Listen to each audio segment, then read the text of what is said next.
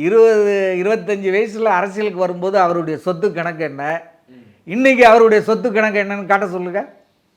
என்ன தொழில் பண்ணார், இவ்வளோ எப்படி சம்பாதிச்சார்? சார் அவர் கட்சிக்காரங்களுக்கே எதுவும் பண்ண மாட்டாருன்னு அவங்க கட்சிக்காரங்களுக்கே அவர் மேலே ஒரு புகார் உண்டு. அவருக்கு மட்டும்தான் அவர் பண்ணிப்பார்.